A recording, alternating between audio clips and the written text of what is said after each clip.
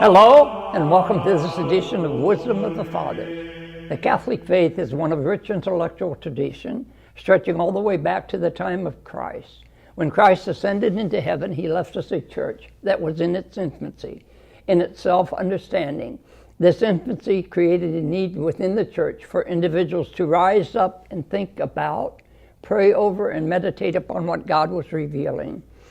The answer to this need was the church fathers. Certain individuals who were intellectual giants, gifted with the ability to either break down an article of faith into its simplest form or develop it further. They did this so we ordinary Catholics could understand the fullness of Jesus' teaching. In this 10th episode of Wisdom of the Fathers, we're going to talk about St. Cyprian of Carthage, an early church father. St. Cyprian was a famous public speaker. He had considerable wealth and held, no doubt, a great position in the metropolis of Africa. His appearance was dignified, yet joyful. He was gifted with expressiveness, and this is evident in his works. He was not a scholar, nor a philosopher, nor a theologian, but primarily a man of the world and an administrator. He was an energetic man of a strong character. He was involved in a famous dispute over whether apostates should be readmitted to the church. Cyprian believed they should, but under stringent conditions. St. Cyprian was a writer. He was second only in importance to Tertullian as a Latin father of the church. He wrote at least 10 treatises.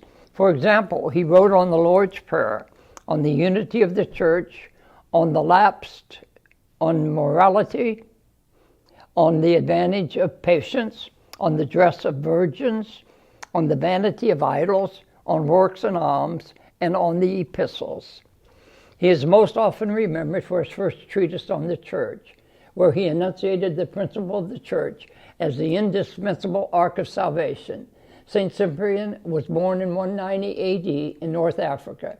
During his youth, he received a classical education.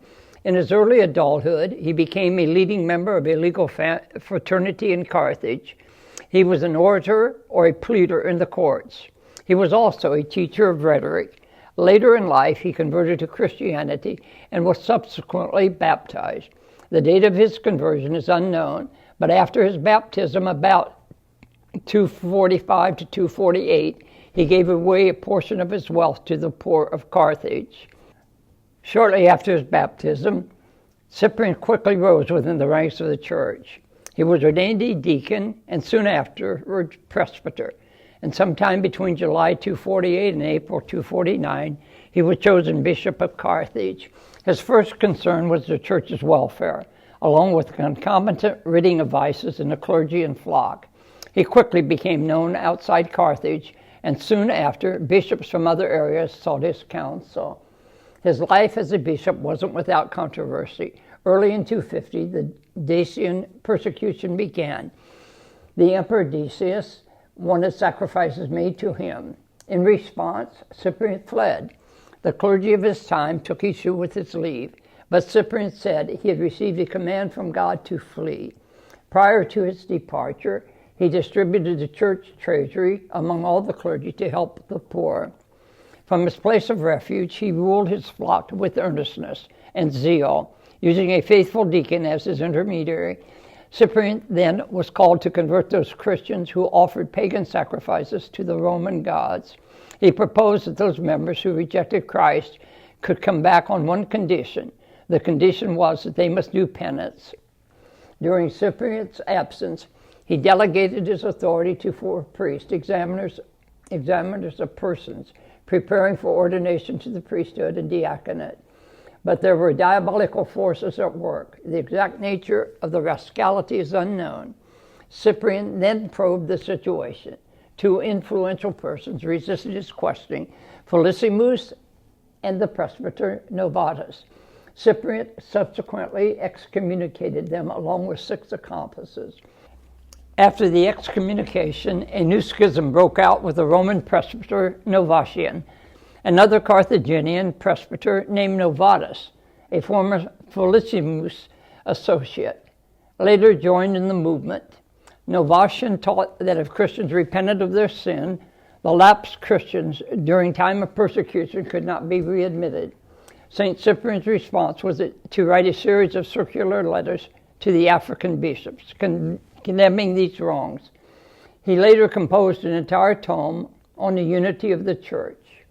When he was 66 years of age, another persecution occurred under Emperor Valerian I, and both St. Stephen I and his successor, Pope St. Sixtus II, suffered martyrdom. In Africa, Cyprian prepared his people for the expected edict of persecution. He was brought before the Roman proconsul Aspasius Paternus on August 30, 257. The persecutors wanted Cyprian to pay homage and offer sacrifice to the pagan deities. He refused, however, and firmly professed Christ. The council then banished them to Carubus, modern Corba, where he took care of his flock and his banished clergy. At the age of 68, St. Cyprian was imprisoned at the behest of the new proconsul, Galerius Maximus. The day following he was examined for the last time and sentenced to die by the sword. His only answer was, "Thanks be to God." The execution was carried out at once in an open place near the city. A vast multitude followed Cyprian on his last journey. He removed his garments without assistance, knelt down and prayed. After he blindfolded himself, the executioners beheaded him by the sword. Now that we have an understanding of who St. Cyprian of Carthage was, let us take a look at what he had to say about confession. The Apostle Paul likewise bears witness and says, "Whoever eats the bread or drinks the cup of the Lord unworthily will be guilty of the body and blood of the Lord. But the impenitent spurn and despise all these warnings. Before their sins are expiated, before they have made a confession of their crime, before their conscience has been purged in the ceremony and at the hand of the priest, they do violence to the Lord's body and blood, and with their hands and mouth they sin against the Lord more than when they had denied him.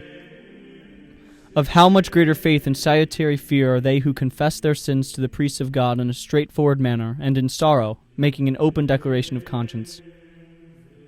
I beseech you, brethren, let everyone who has sinned confess his sin while he is still in this world, while his confession is still admissible, while the satisfaction and remission made through the priests are still pleasing before the Lord. Sinners may do penance for a set time, and according to the rules of discipline come to public confession, and by imposition of the hand of the bishop and clergy receive the rite of communion. But now some, with their time of penance still unfulfilled, they are admitted to communion, and their name is presented. And while the penitence is not yet performed, confession is not yet made. The hands of the bishop and clergy are not yet laid upon them. The Eucharist is given to them, although it is written, "Whosoever shall eat the bread and drink the cup of the Lord unworthily shall be guilty of the body and blood of the Lord." Well, that's all for this episode. Thank you for tuning into Wisdom of the Fathers. And make sure to catch us next time where we discuss our next church father, St. Ignatius of Antioch, and what he had to say about bishops, priests, and deacons. I'm Russ Voris, Michael Voris's father. Thank you for tuning in, and God bless you.